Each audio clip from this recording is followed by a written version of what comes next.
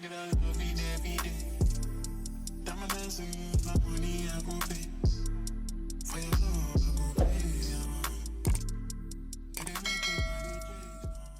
you guys, welcome back to the channel. If you are new here, my name is Danielle. This is the place where we talk about growth, identity, faith, and navigating adulthood in real time. If you guys are new here and have not seen the first 2 episodes, I highly recommend you guys go do that so you know the foundation of this channel. And as always, please make sure you guys like, subscribe, and turn on your notification bells so you guys don't miss any future videos. So I want to start this episode off honestly. Your girl is tired. Not in a nap kind of way, not in a real dramatic way, but I'm just tired of always being strong. Tired of being the one that always handles things, tired of being the one who always figures it out, and I'm just tired of people always assuming I have it together. I've spent so much of my life being strong that I never really sat down and took the time to think to myself, what would happen if you just didn't want to be strong anymore? Because for a long time, strength felt like survival. It felt like protection. It felt like the safest version of me. But the last few months leading up to 2026, I felt really heavy. And if I'm being real, I don't think I ever learned how to need people. I just always got used to being needed. And before we go deeper into this video, I want to just clarify that this is not coming from a place of me not being loved. My family loves me, okay? I love my family and they love me. So I don't want you guys to think that this is where we are going. But outside of that, outside of my home being safe, the world taught me something completely different. The world taught me that strength was praised, that independence was rewarded, and needing help was not. So I only had one thing left to do, and that was just to learn how to be strong on the outside. I learned how to handle things. I learned how to keep it together.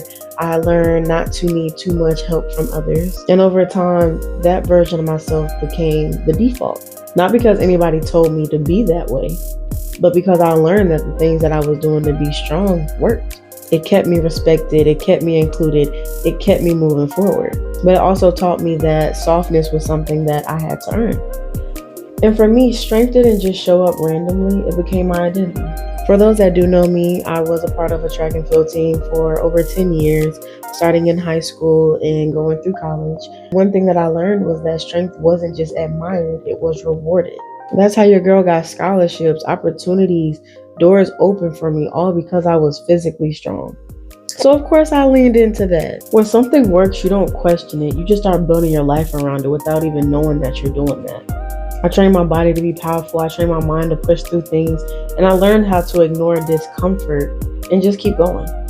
And for a long time, that was necessary. I just thought it was normal. And what I didn't realize back then was that I was teaching my future self something. I taught myself that being strong was valuable. I taught myself that being capable was impressive. And then I taught myself that being the one that can handle it all would be praised. So strength stopped being something that I performed in track and field and started becoming who I just was. And when that happened, it was really hard for me to understand who I was without it. As I got older, things changed. Your girl finished college. I finished performing. I finished my eligibility. So who was Danielle now that she was no longer the strong student athlete? As I got older, I started to notice a pattern. I was just always needed. People leaned on me, people counted on me, people trusted me to show up, and I just did. I didn't know what else to do. Those are my people. I just showed up. I was dependable. I was consistent. I was the one to handle everything when things got messy.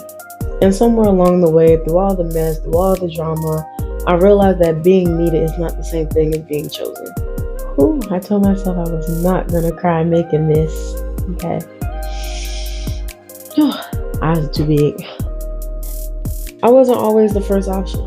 I was always the safe option. I was somebody that was reliable, and I was the one who could understand people. When you continue to be strong all the time, people just assume that you're fine because you're taking the weight of the world on your shoulders and adding the weight of their world on top of yours.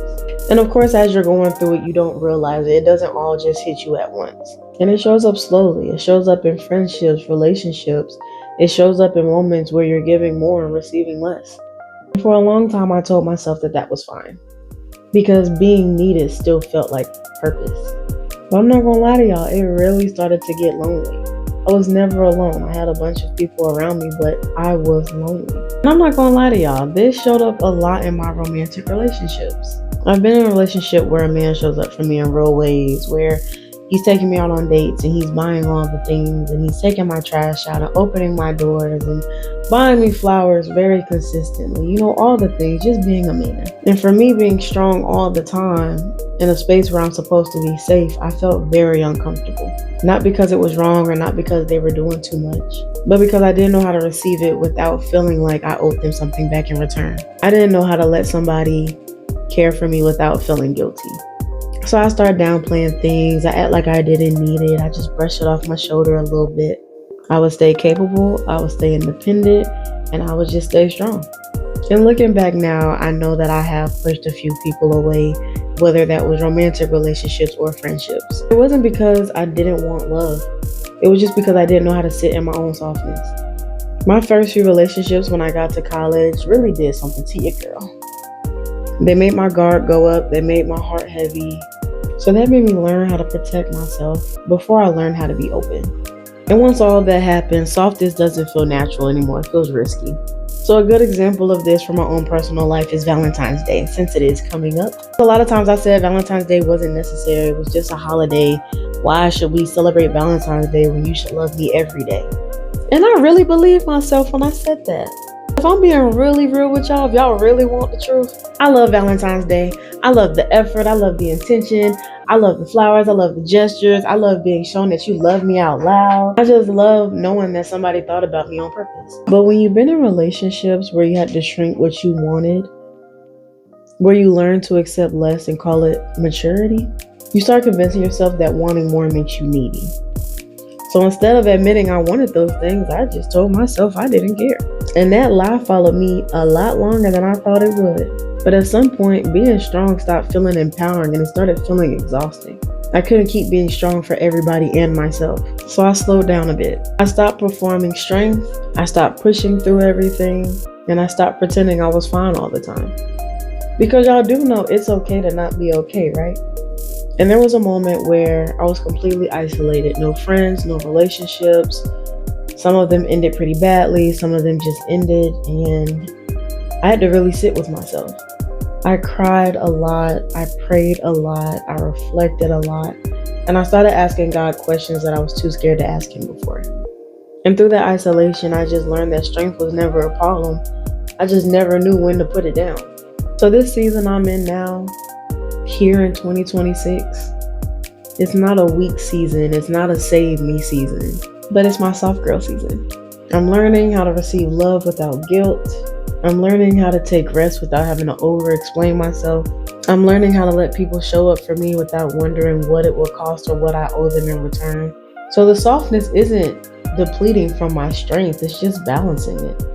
And something that really helped me was I started journaling. I started journaling because I just needed somewhere to put all my thoughts without having them bundled up in my head. I have used so many journals to journal my thoughts. I go to Walmart, I get the little $5 one, I halfway finish them or I lose them and I get a new one. I have so many journals. Whenever I wrote in those journals, it never felt like me.